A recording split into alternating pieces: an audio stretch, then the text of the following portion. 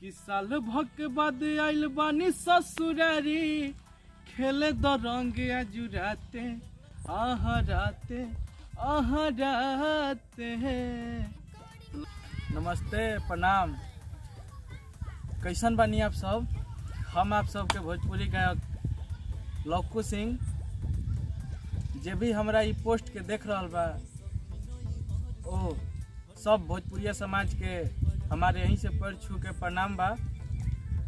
हमनी के वीडियो बनावे के मकसद यही बा कि हमनी के बहुत सारा होली के गीत आइल बा, जैसे कि DRS से आइल बा, यारन म्यूजिक से आइल बा और हमारा ऑफिशियल पेज से आइल बा, जना के आप सब बहुत सारा प्यार दुलार देत बानी, बहुत अच्छा व्यू जात बा।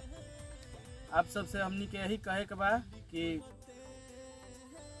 जैसे कि हमनी के एगो चैनल खुलल बा लक्कू सिंह ऑफिशियल, ओकरा के आप सब यूट्यूब पर जाके सर्च मारी और चैनल के हमनी के सब्सक्राइब करी, लाइक करी, कमेंट करी और ढेर सारा प्यार दी। हमनी के वो चैनल से बहुत सारा अपडेट आप सबके मिलत रही। हर महीना में 2-4 गो ऑफिशियल से भी गाना आई, आप सबके देखे के मिली। तो जाकर रउआ सब यूट्यूब पे सर्च करी और चैनल के सब्सक्राइब करी लक्कू सिंह ऑफिशियल। और एगो गाना हमारे यारन म्यूजिक से भी आइल बा, वो चैनल के भी रउआ सब ढेर सारा प्यार दुलार दी। और DRS से भी बा और होली भी आवे वाला बा, तो आप सबके होली के भी ढेर सारी बधाइयाँ, शुभकामना।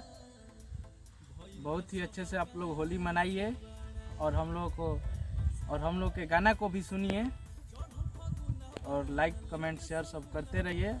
और चैनल को भी हमारा सब्सक्राइब कीजिए, लक्कू सिंह ऑफिशियल पेज है।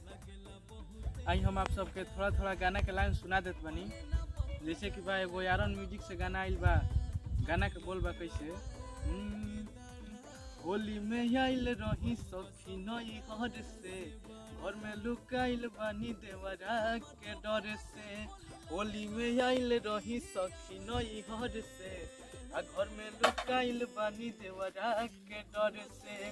कि असो होली में रंगोली बौछार किया है, किली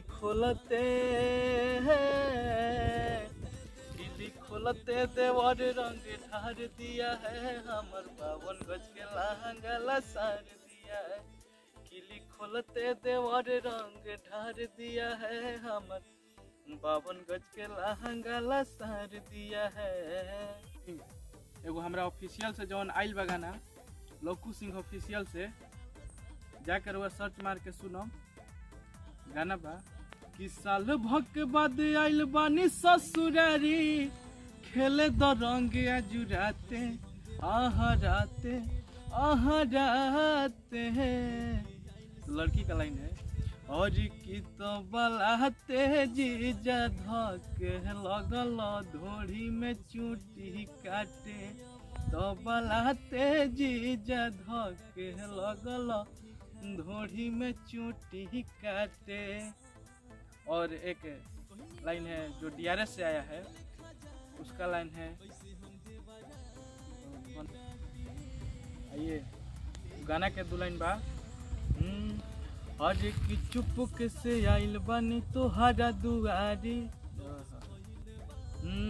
खुला करके रखी ह तू पिछला दुआरी, चुपक से घुस जाइब लेके पिचकारी। आज खुला करके रखी ह तू पिछला दुआरी, चुपक से घुस जाइब लेके पिचकारी। तो लड़की का लाइन है, लड़की बोल रही है, और की यार कर बीजे भातार गइल डीजे बजावे हो।